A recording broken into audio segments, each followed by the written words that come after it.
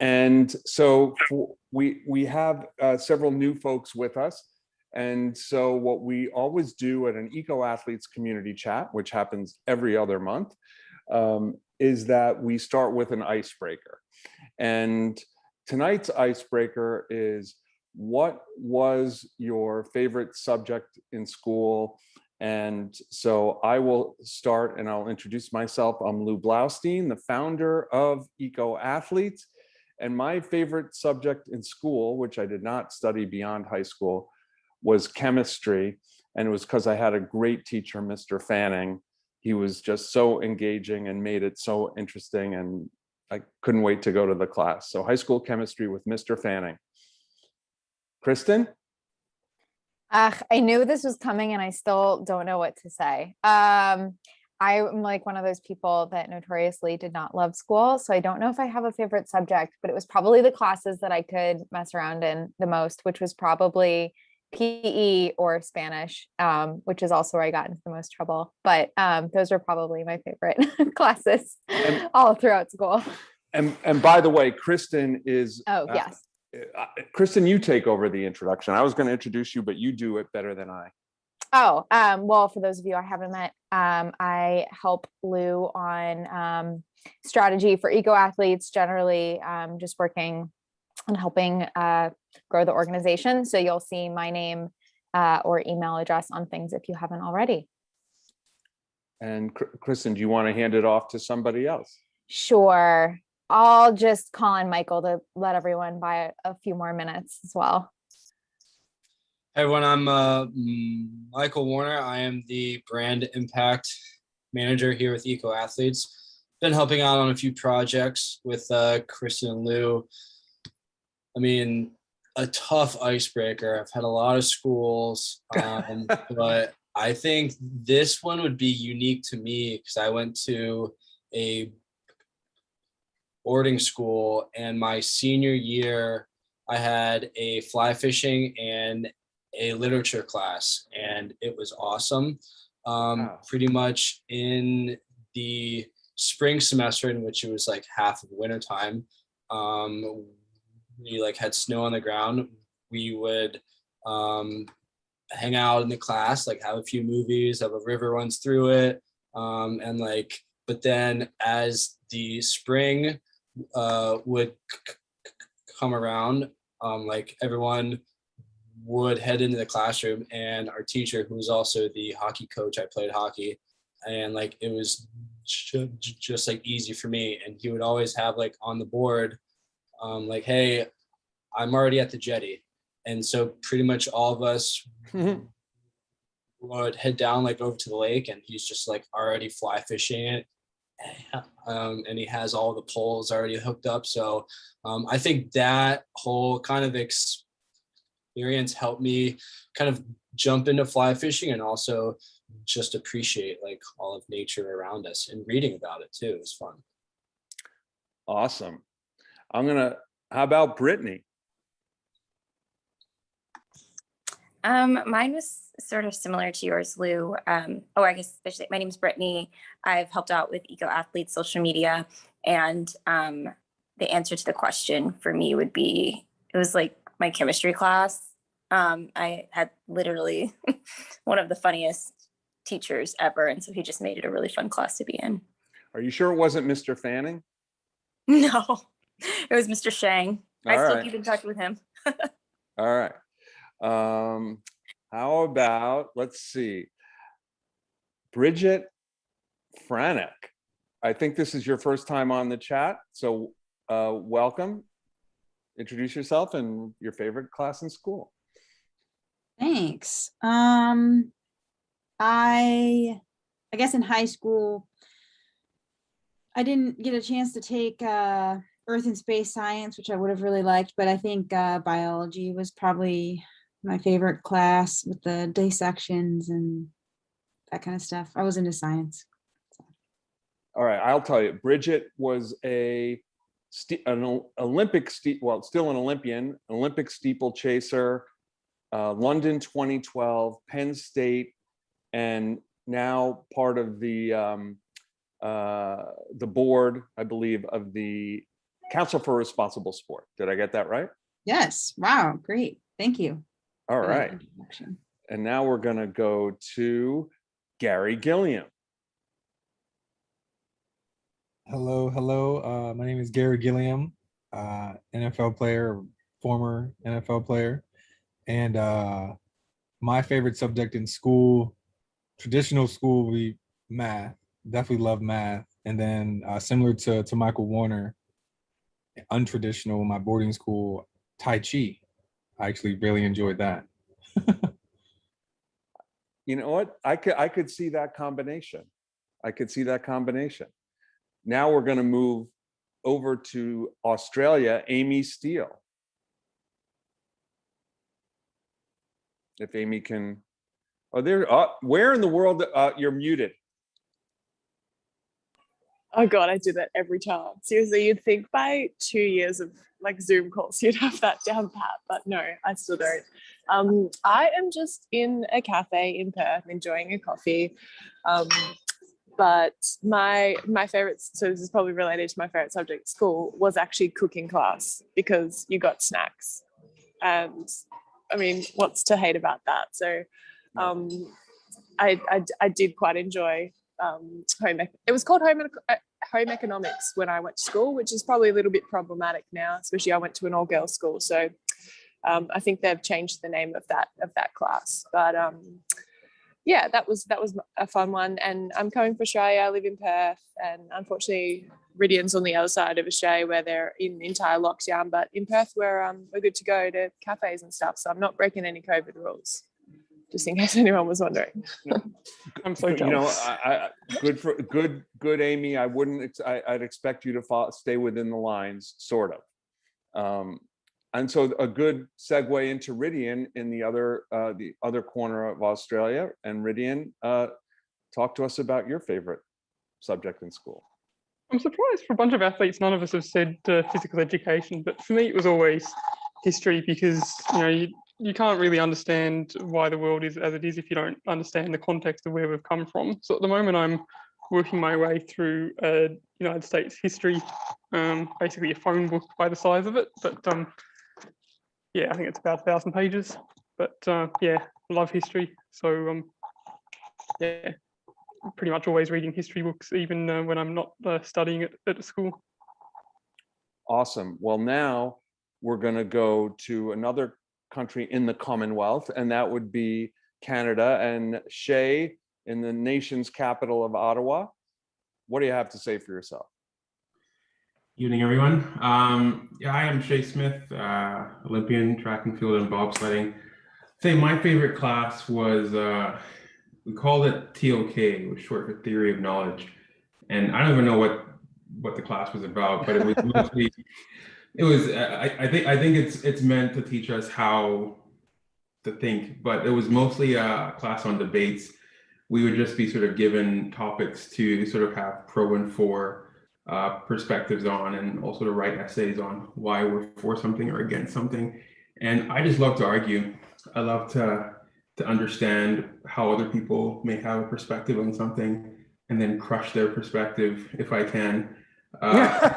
Be crushed by other people's perspectives if I can't defend my argument pretty well. So I love that class. I remember one day we were supposed to be talking about preemptive versus preventative strikes in war, and the teacher had to sort of stop the entire debate because somebody yelled out, "And you just want to burn babies!" And then she says, "Okay, that's it, guys. We've gone too far." So you can imagine how intense that class could have got. But yeah, love debating.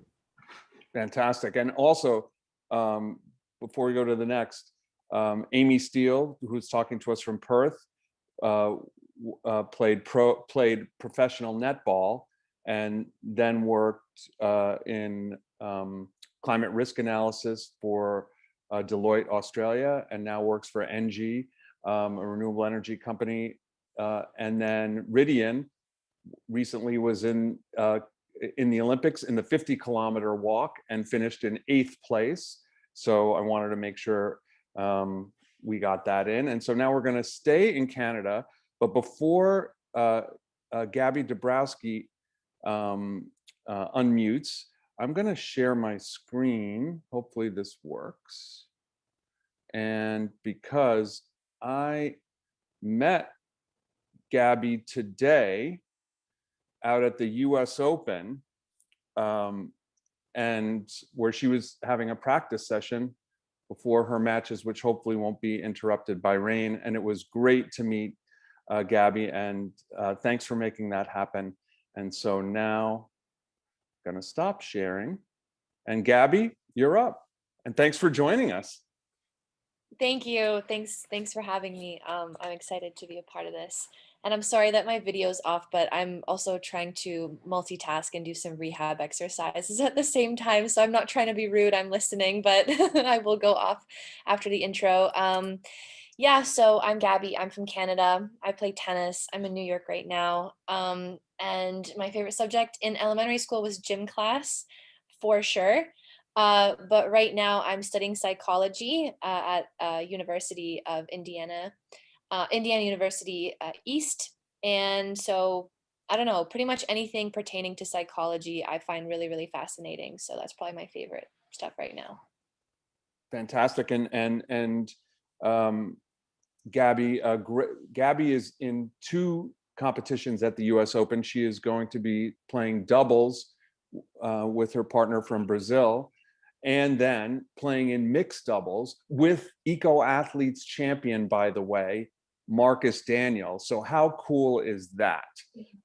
Spreading the climate comeback and hopefully winning a trophy at the same time in mixed. So good luck, Gabby. Thank you. Um, yeah, and now we're going to Northern Vermont, and our biathlete, Susan Dunkley. So Susan, you're up. Hi, everybody. Let's see. Favorite class in school. In college, I really liked this aquatic ecology class I had. We got to go outside and do these field experiments where we would learn how to catch fish with an electric fisher. So much like Michael, my class involved fishing, but in a very different way. We were studying the fish, so we would catch them and we'd measure how large they were, and then we'd catch them a few weeks later and see if they had changed, how the growth rate would change in different conditions that had invasive algae versus conditions that didn't. But it was really fun. It felt a lot like playing hockey, because one person would walk around with this machine on their back that would zap the fish with a really low shock, just enough to be able to stun them so we could catch them. And everybody else behind him would walk around with nets, and we'd kind of scoop the fish up, and we saw their bellies float upwards.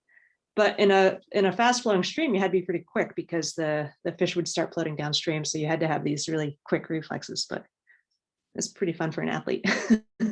I never knew so many people who took fishing in school. Like, I didn't even know it was a thing. Yeah. All right, now we're going to go to Elena Caracassi from Syracuse University, who, well, I'll let Elena introduce herself and then talk about her favorite class. Hi guys, I'm Elena. I am originally from Athens, Greece, and I play volleyball. I'm a senior at Syracuse University. My favorite subject at school, I think, was biology. I think the human body is very interesting. That's why I decided to study nutrition now at university. But also physical education was fun too, because it was a time that was free time, kind of. So yeah. Fantastic. And Elena, I think as of last I heard, the Syracuse Orange men or women are 3-0. Is that still the case? Yeah, we just had 3 games last weekend and we won all of them. And now we go this weekend, we play at Yale. All right, good luck. And Thank now we want to bring in someone who's introduced to us by Elena, and that is Sadie, who's checking in from the University of Virginia. And so Sadie, first of all, welcome to the Eco Athletes community chat and to our community, and share with us what you enjoy in school and also your sport. Hi guys, so I'm a senior at the University of Virginia. I'm majoring in environmental science, so I would say all of my favorites are environmental science, but my favorite environmental science class I took so far is climate justice in cities. And it was a quick 2-week class. That was very intensive, but I got to hear from a lot of community members and it was just really inspiring. So that's kind of where my passions lie right now. Yeah. Fantastic. And your discus, Yes, discus is yours? discus. Fantastic. And now, last but definitely not least, is Merla Levand. And she's from Estonia, lives in Florida, but right now she could be pretty much anywhere in the world and it wouldn't surprise me. And then Merla, you can also explain the many sports that you do as well. Before. Hi, everybody. Actually, I'm back in Florida. I just got back and I was just saving oceans in northern Cyprus and Istanbul. And my sports are swimming, ice swimming, open water, and I have set a couple of Guinness World Records as a mermaid. So it's a new kind of sport what I'm developing. But my favorite class has been always history, because as a young girl, I always was curious where people moved and how different cultures got mixed and how the climate have played out there. And probably the reason why I loved history was also because I have been always curious, where is Atlantis and what happened with Atlantis and what's the story with Atlantis. So it's funny that we're talking today about our favorite class, because when I was in Northern Cyprus, I had the chance to study that there are signs that Atlantis actually has been around Cyprus. So yeah, that's my favorite class from school. Well, first of all, I want to thank everybody for sharing. And we have, and I knew this, we have a very interesting group of champions, and just listening to your favorite classes and the rationale behind them made it, just confirm my notion. All right, so now we kind of know everybody and what everybody's interested in. Now we're going to get to the substance of our program tonight. And so what we want to do is to have a brainstorming and a sharing of ideas as to how we can make our Eco Athletes Resource Hub be more valuable to you, the Eco Athletes champions. And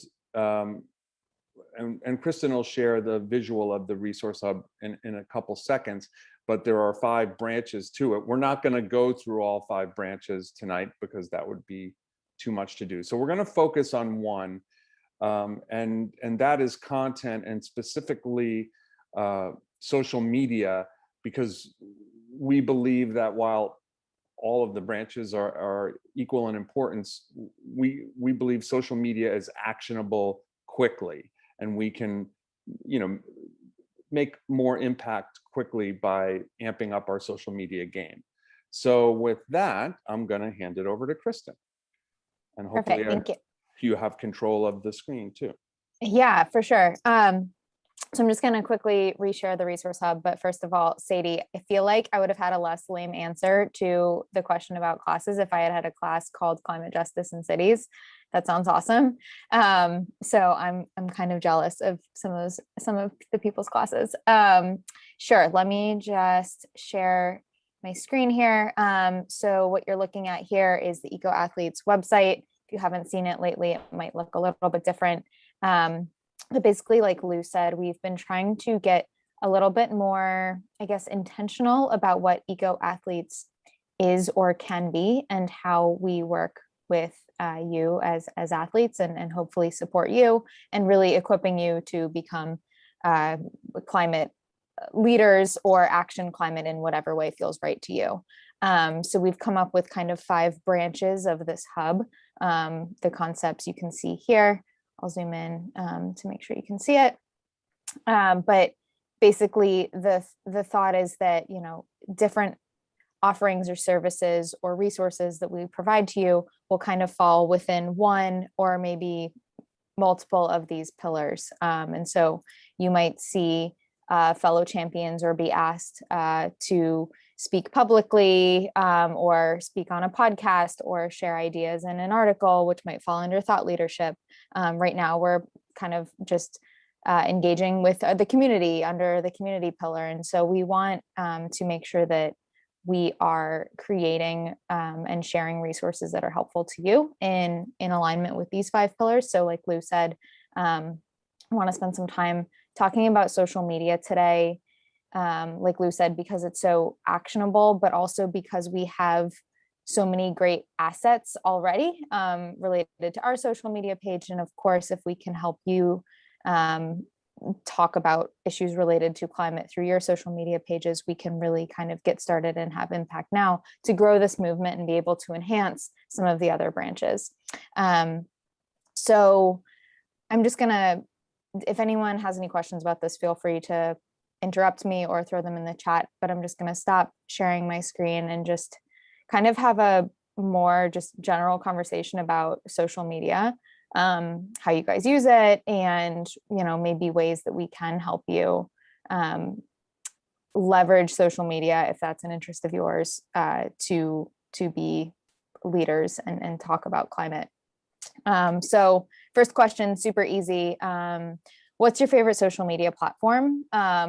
And what do you like about it? Or maybe more specifically, which ones would you use if you were talking about issues related to climate, if you chose to do that? Feel free to shout them out. I like Instagram.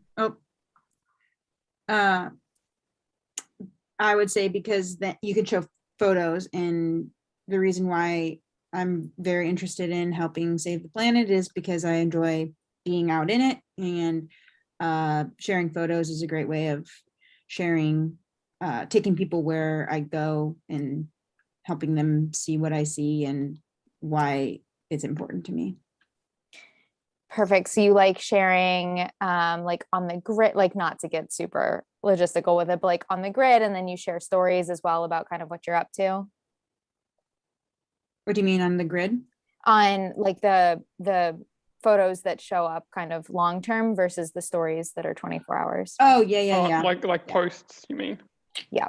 Yeah, I'm kind of old school. I haven't really figured out the story thing yet, but fair enough. No, stories are great. You can just kind of like find something else that someone else posted and just like spam stories.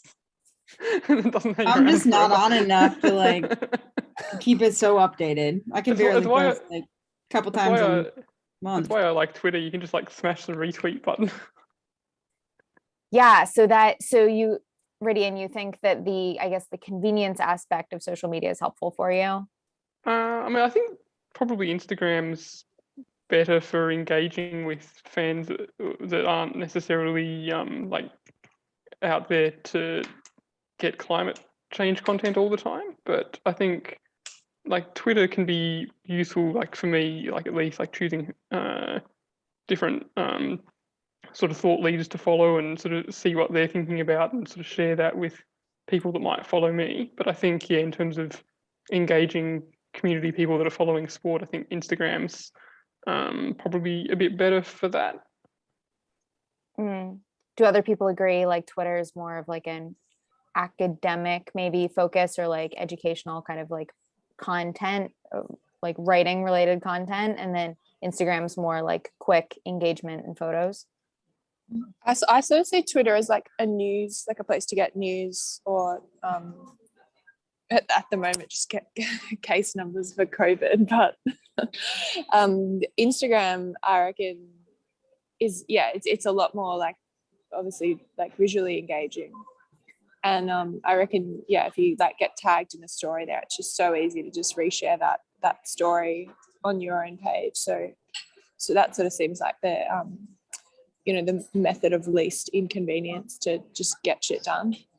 Mm-hmm. Getting shit done is important, so that's good. Okay, that's helpful. What about any others? We've talked about Twitter and Instagram. Does anyone use like Facebook or LinkedIn or TikTok or others to like engage people on these topics or just generally? I use Clubhouse. Gary? Yeah, can y'all hear me? Yep. Yeah. All right. Yeah, no, I use Clubhouse, which it could go away at some point very quickly. But for the time being, I think it's a good platform to connect with people from like a marketing, promotion, brand standpoint.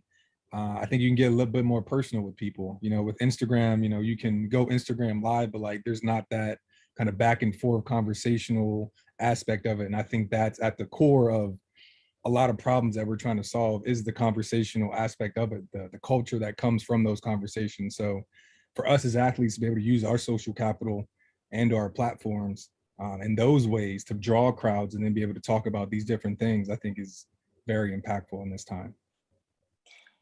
Have you guys, show of hands for those who are with us on video, who has used Clubhouse to this point?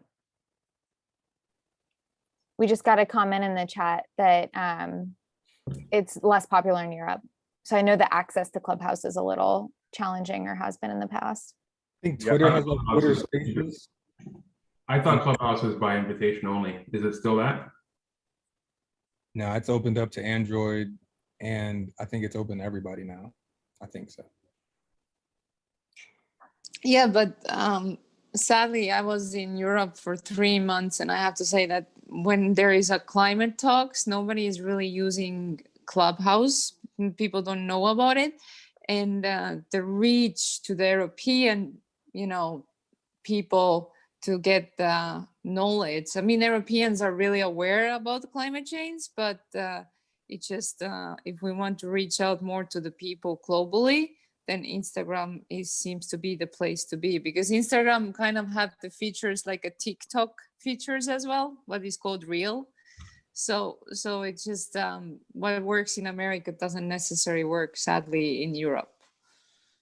Yeah, and with Reels, I know one of the social media people for another group that Marcus Daniel is involved in, High Impact Athletes. He's sort of mentioned how Reels, sort of the algorithm sort of pushes Reels a lot at the moment. So like video content is sort of really up there in front of people. But like for me, like I personally am not a great content creator and sort of haven't put a lot of effort into upping my skills for that. So I think, some of us might be good content creators and others might not be. So in terms of like looking at social media, thinking about how we can make it easy for people to create good and engaging content would be something to think about. As well, whilst I'm talking, I know for me, I think I like using Facebook for being part of groups just like local groups. So that might not necessarily be engaging with fans necessarily of sport, but it might be like a local community group or community sort of climate action group, and sort of finding ways to engage with them maybe in really local actions or local engagements, and looking at sort of that more grassroots thing, like how you can be like physically involved in getting some change or action happening, sort of rather than trying to aim too big and sort of be a little bit less successful, just being really small and focused and getting something to happen there. Yeah, it's interesting. Go ahead, Kristen. To Bridget's point about LinkedIn, I agree. When I think of Instagram, I don't know if like the amount of time people spend on posts on Instagram, I think is generally pretty short. You're kind of scrolling through and liking stuff. And if the purpose of whatever content you're sharing is to sort of engage people beyond 5 or 10 seconds, I tend to sort of go to LinkedIn for that, because it gives you time for the longer stuff. If Instagram's on the one end of the spectrum and LinkedIn's on the other end, maybe Twitter is in the middle, but like Amy, I tend to think of Twitter as more news and updates versus I'm going here to learn something. And then Facebook, I don't know about Facebook. In my circle, Facebook is kind of stay away from Facebook unless you want to get sort of pulled into a vortex. Yeah. Yes.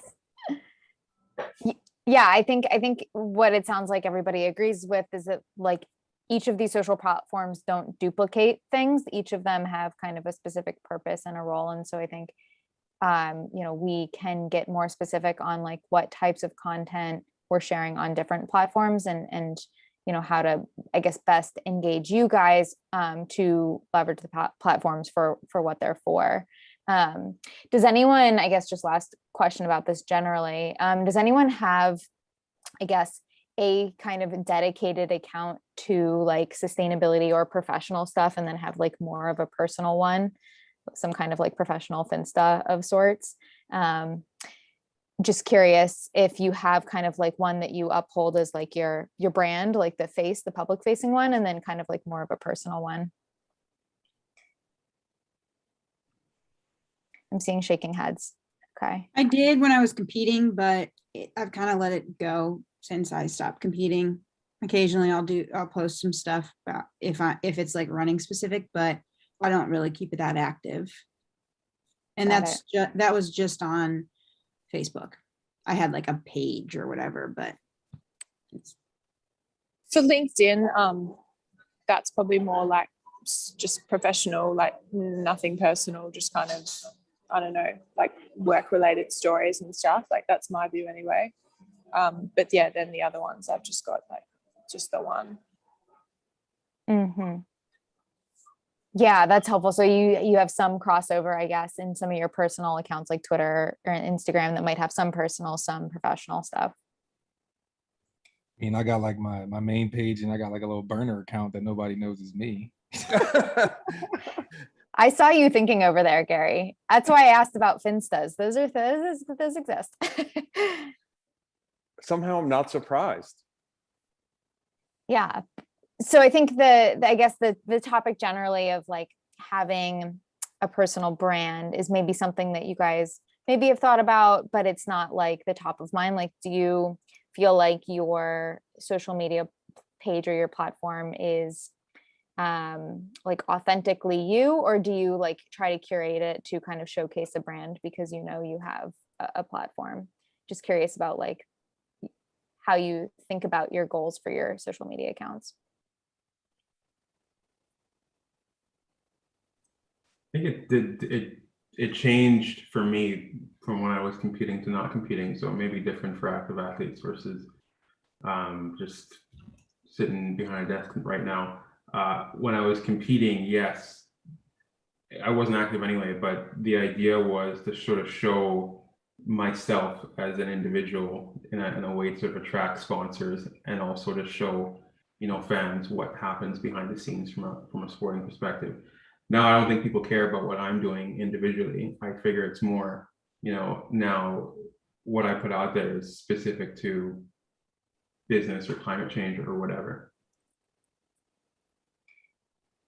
That's a really good point as well, like in terms of when you're competing and sponsors and all that sort of thing. Because I remember when at netball, being in a team sport, we had certain rules in our contract about what our main social media account could contain.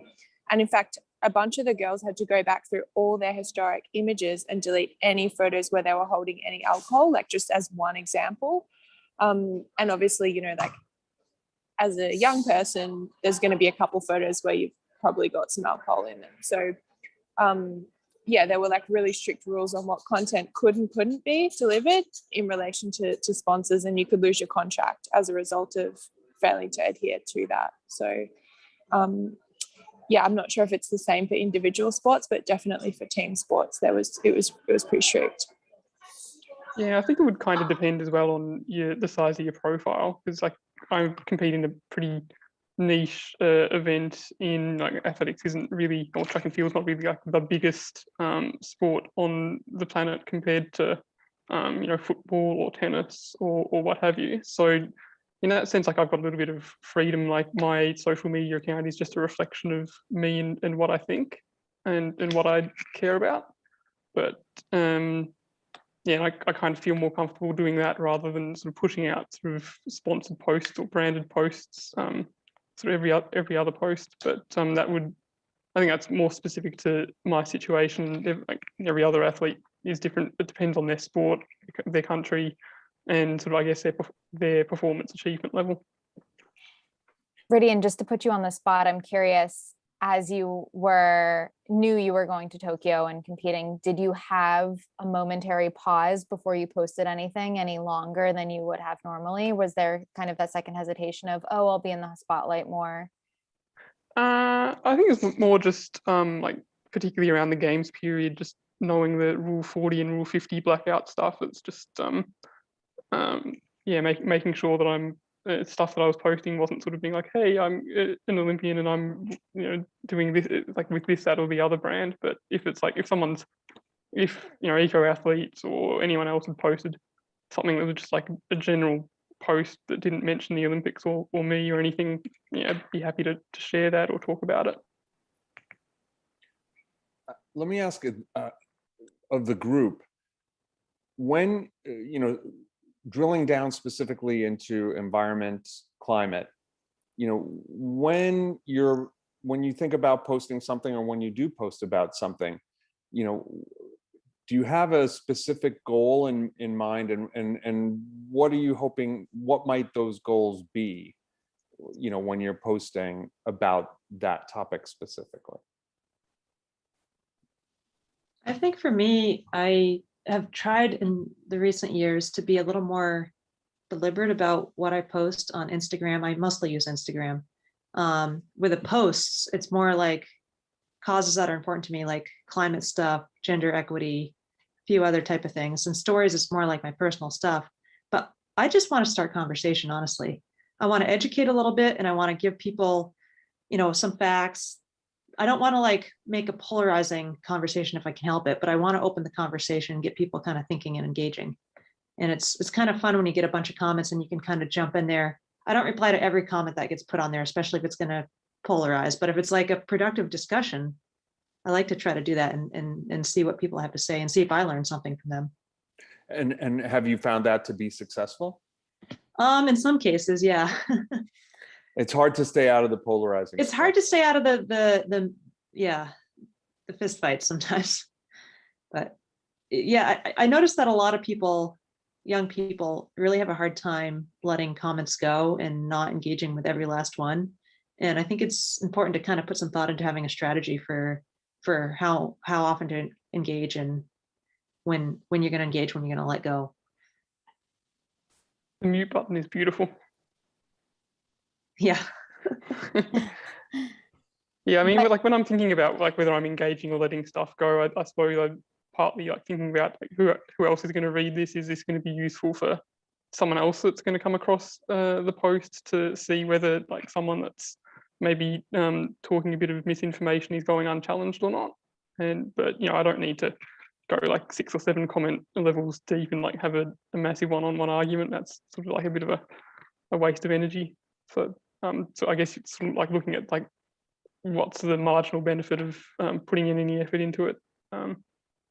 Except for Shay, who likes to debate. So me. Oh no, I love debating too, but like sometimes I need to do other things like cook dinner or go outside and exercise or something, or work.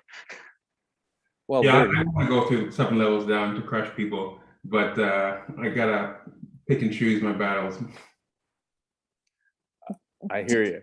Do you guys ever not post something that you might like? Do you think about posting something that you see that you like and then decide not to because you're worried that there will be some backlash or too many comments to have to think about? Yes, see lots of heads nods. So in those instances, is it like a post like Donald Trump's an idiot and you're like, I want to repost that, but maybe I shouldn't? Or is it like more things that are related to climate specifically that you're concerned, like people will have very like detailed arguments against? Like what types of posts are you concerned or do you hesitate to repost or share? For me particularly, it's really tough because I'm part of like representing players on the council of the WTA, which is the Women's Tennis Association. And so I feel like I have to be careful what I say because anything that I say might reflect poorly on the tour. So if I say I want the tour to care about responsibility, people will go like, well, they're already doing this, this, this, and that, which is true. But it's like, if I want to get anything done through the tour to make sure that like tournaments are trying to be more sustainable where possible, like reducing their plastic use and things like that, it's like you have to constantly push these things like behind closed doors and not talk about them that much publicly, because just because of my position, it might look like I'm saying something bad against the tour, when actually it's just like in general it could be something really important. So I actually really struggle with finding ways to talk about climate change and starting a discussion around it without it then being looking like I'm complaining about the tour, like sort of as a whole. Maybe you need Gary's strategy of just having like an alt account. Yes, but then not Just many name it like followers. not Gabby. Yeah, I mean, I could probably troll, but I feel like I would still want to have some kind of like a strong impact that is coming from me, but just navigating the right way to do it, I guess.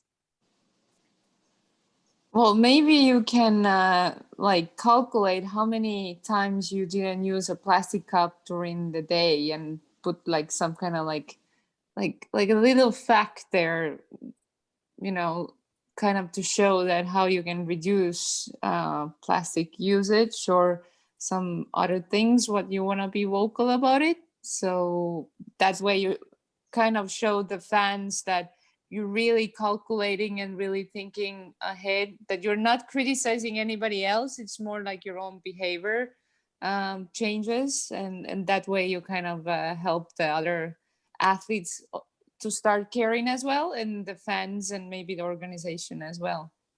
That's a good idea. Yeah. So more just like turning it on myself rather than naming any names or anything like that. Yeah, because everybody is so defensive nowadays and everybody wants to bite every word what you say. So like kind of like you are the role model instead, you know, taking the lead. Yeah. Thank you. That's good advice. I'll do that.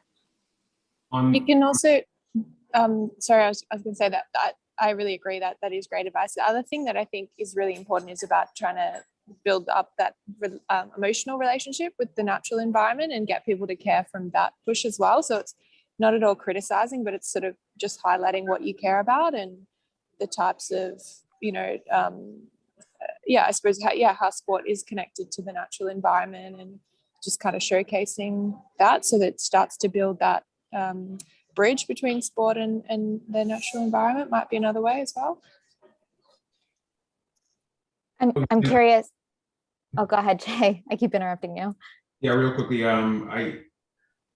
Using yourself as a role model to inspire others is a good strategy. There have been times in the past where I felt that significant change can't always come from individuals and have to come from governments or institutions to make a reasonable impact. And I've thought about how can I say this without saying something controversial, like carbon tax or banning this. And then I find myself deleting and rewriting a post. And I say, you know what, forget it. I'm not saying anything at all. Because the most impactful comments may not always be what I'm doing, but what I think we should do collectively. So if either of you can think of a way to sort of, you know, get around that block, then it may make more posts come out. I mean, one thing that I think, and I'm not an athlete, clearly, but just as a human, one thing that I've found, at least on Twitter, is that when I find a tweet that on climate that to me is positive, insightful, and is towards a solution, I feel like, okay, I'm going to retweet this because, you know, someone might not like it. Someone can criticize it, but I feel like this is trying to move it forward, and, you know, and it's in a positive tone. I feel like that is a sweet spot. Like if you can find things that just reflect your values. Yeah, and if it's like a positive thing, like here's something you can do, here's something I'm doing, etc., it is a bit more empowering, because then people are like, oh, I can do this, and I feel like I'm doing something, I'm contributing, rather than just sort of sitting around being like, oh, I don't know how to help. And we're hoping, you know, with this conversation and really in building out the resource hub and the social media element of the resource hub, we're hoping to be able to give you some of these kind of more turnkey opportunities to just copy and paste a social media post or repost something that we're posting, so that it doesn't feel like it's necessarily coming from you, but it's a value that you have, a positive message that doesn't feel like, you know, Gabby attacking a tennis association specifically, but more of like, here is a great example of sustainability in sports or climate action in sports, or another athlete getting involved in this conversation that I can endorse and repost and share. So we're working on building out some of those resources, as well as some of those personal actions that you can post and say like, hey, I started composting today. Here's what composting can do. And just some of those like simple reminders of personal actions as well. I'm just looking at time here. I feel like we've had a really good conversation. This has been really helpful for us in terms of very specific things that we've heard from you guys, of ways that we can help fill the gaps that you might be feeling in terms of some of those hesitations. Lou, I'm sure I see your head nodding, so I feel like you agree. I don't know if we want to just move on in the last few minutes and go through some of the other ideas we had. Actually, I did, not to put you guys on the spot, but of course I'm going to in a bit. Elena and Sadie, given that you guys are in the student athlete world, are there hesitations by being student athletes, you know, and any regulations by the NCAA, although I know that's changing by the day, and with NIL and stuff that I'm probably not even aware of. You know, how does you know, communicating on social about climate and environment, how does it look like what does it look like from your perch? So that's actually something I haven't embarked on yet personally, but I have helped run different Instagram campaigns when it comes to if we're hosting a certain event. But it's something that I've thought about deeply, because with name, image, and likeness coming up, we can be sponsored now by brands. And so I think it's really important that we build our own brand. And as a college athlete, I actually feel that we're emerging in this new time where we can be very brazen about the ideas we put out there. And I think that's actually very welcomed. Amen. So I have a very bold perspective on that, but I'm definitely thinking of ways that student athletes across the ACC can kind of unite and feeling empowered by our new platform and our new ability to not be constrained by NCAA rules or being threatened, like taking away a scholarship or things like that. It's a good time to be an NCAA athlete. Reminds me of something from I think Hamilton, and he essentially says, you know, I'd rather be divisive than indecisive. So like, you know, take a side, essentially, whatever that is, and stand by it. And you may have half the country that doesn't like you, but you'll have half that does, and that's who you need to appeal to, or just be yourself, but stand for something, or you'll fall for anything, as they say too, right? So just pick what it is and make that be part of your brand, I guess. Well, we're in the room where it's happening right now. Sorry. Room where it happens. sorry, I had to say that.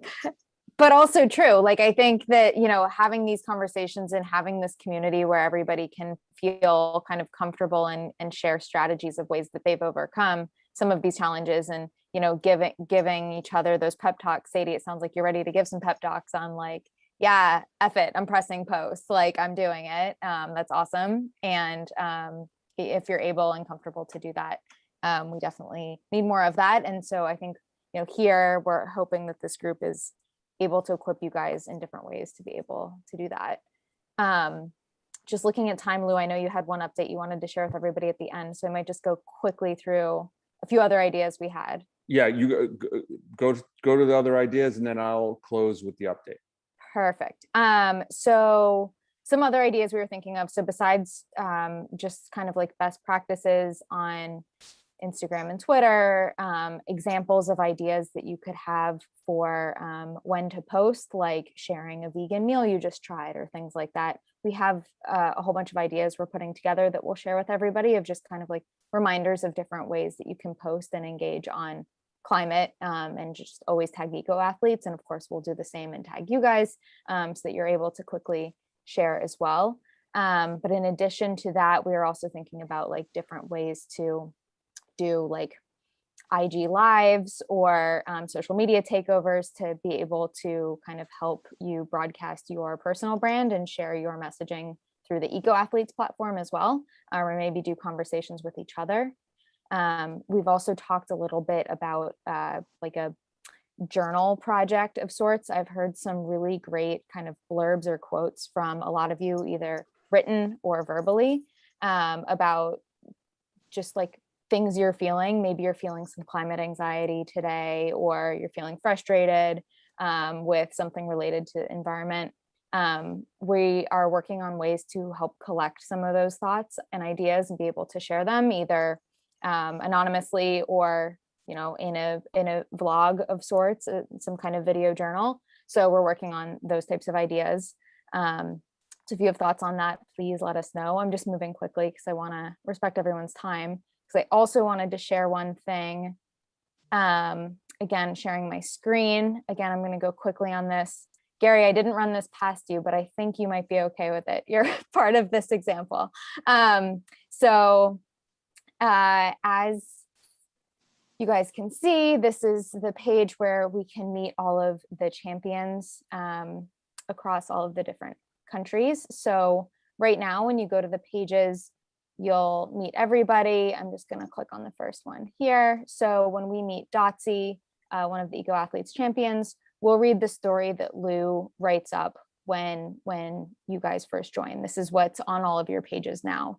But we're thinking of ways to kind of revamp some of these pages to have it become more of a profile for you, kind of a showcase of all of your climate action together. And Gary, I'm picking on you because I know your work. I'm more familiar with your work than some, but on Gary's page, I made kind of a sample of what this could look like. So a profile, kind of what you guys are about, listing your climate action commitment, which is something that we're trying to get everyone to make a statement towards. I haven't updated that yet. Links to your social at the top, quick background on your athletic career, and then what you're doing related to climate. And then also features of you in the news, as well as links to your podcast and media. We kind of picturing this as kind of like a link tree, if you're familiar with that, and Instagram, basically like a profile or a keeper of a central location of all of your work related to climate and that intersection with your athletic career as well. So just putting this idea out there for now.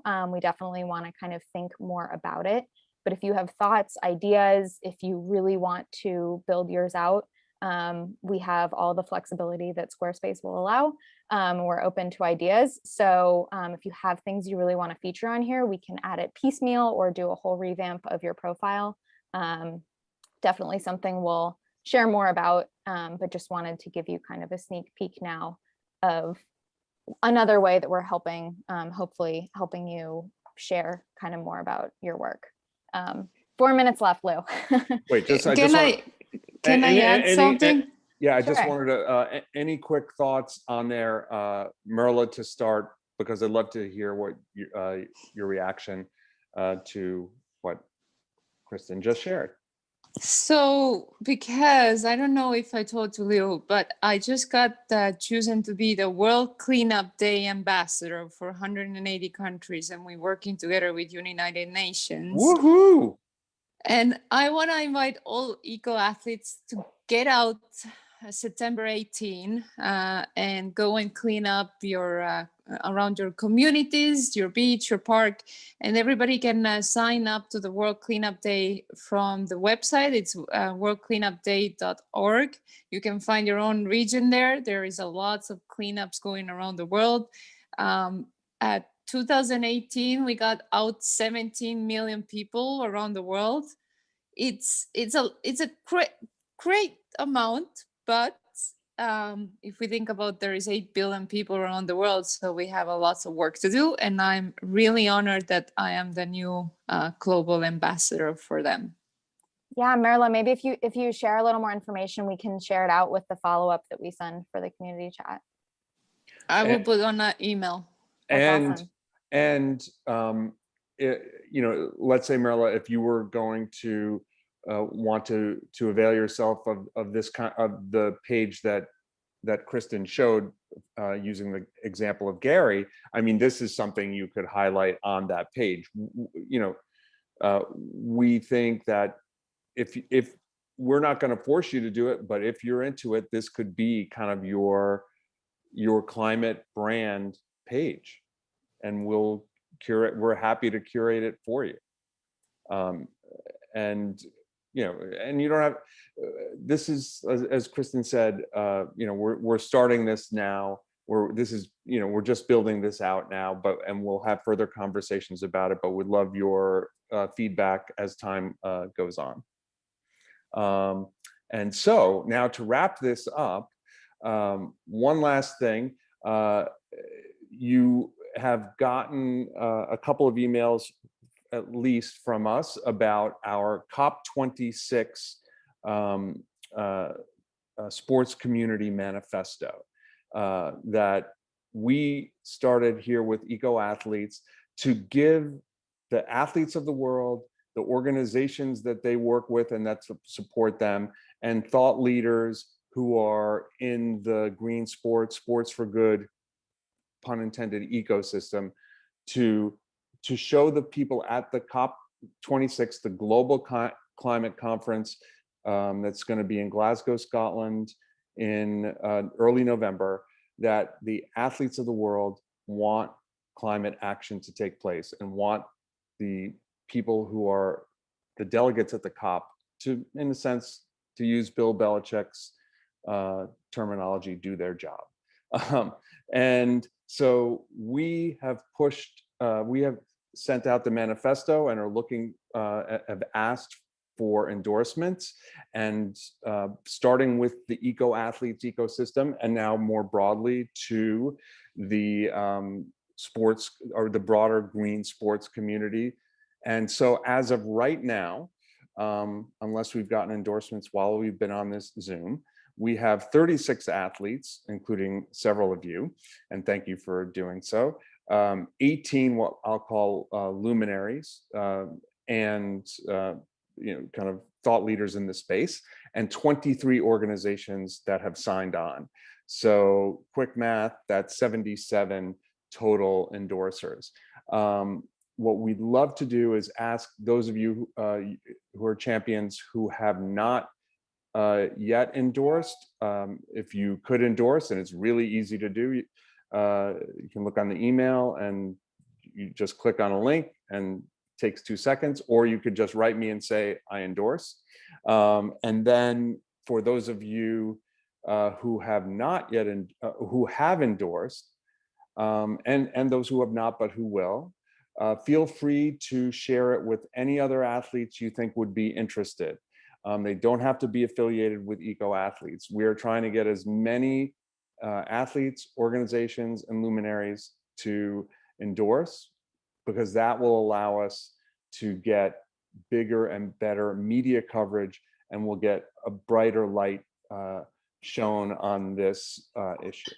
So, hey, Lou, just on that, just to build on that point, was there plans with like a social media kind of flood type thing, like what happened with the cool down, where you're just gonna pump out heaps of tailored content and give us all kind of like a standard thing to post? Or we with that, first we're going great question. First, we want to get our signatures up to a certain level, but then yes, we will definitely have a strategic social media approach, and then we are actively soliciting media to cover this story. The story being athletes taking an active role surrounding the COP. So, and yes, we will invite you guys to push that as we get into September and early October.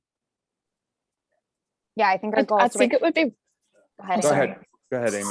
I was just going to say, like, I see the COP as a real, you know, like we really want to build pressure coming into it. And I think that from the public, you know, maybe climate perception and perception of climate risk and awareness is at the point where it's, you know, it's kind of tipping, but pressure at the specifically at the COP, you know, people don't know necessarily what a COP is. So it would be so great to use this platform as a way to get people aware on, like, okay, what's this COP that everyone's banging on about, and why do I need to know about it?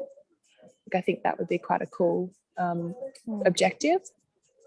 Yeah, and we've got like the 6th IPCC reports just come out.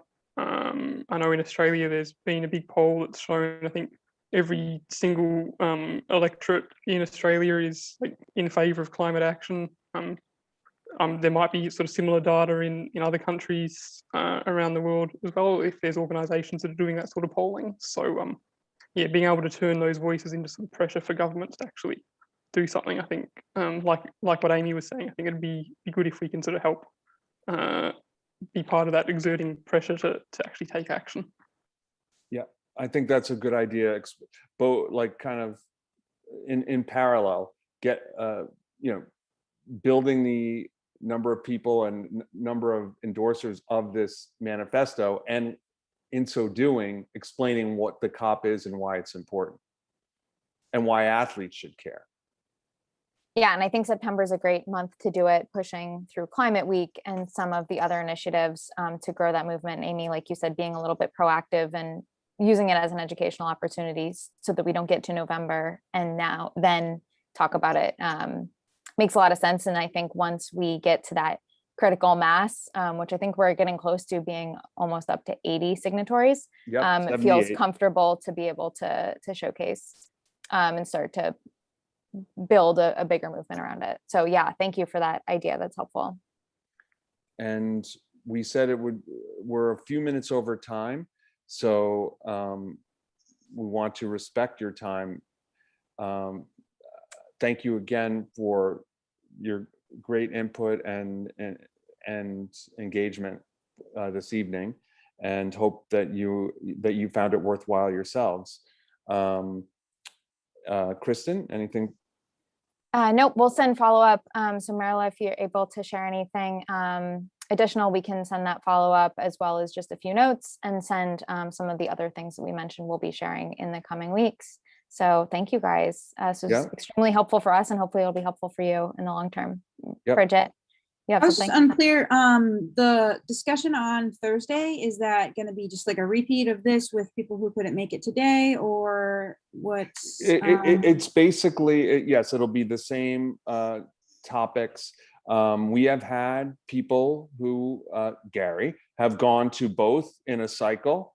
So we welcome, if you are interested in meeting other people as well, you can, but it will be similar to this. It's really just to accommodate time zones, Bridget. Okay, thank you. Yep. Climate is my life, and I just so happen to be in a good time zone to hit both. There you go. And you guys are both Penn Staters. Come on now, we are. Penn State, yeah. Oh man. I right. walked right into that. Talk about a takeover. See ya. Thanks, everyone.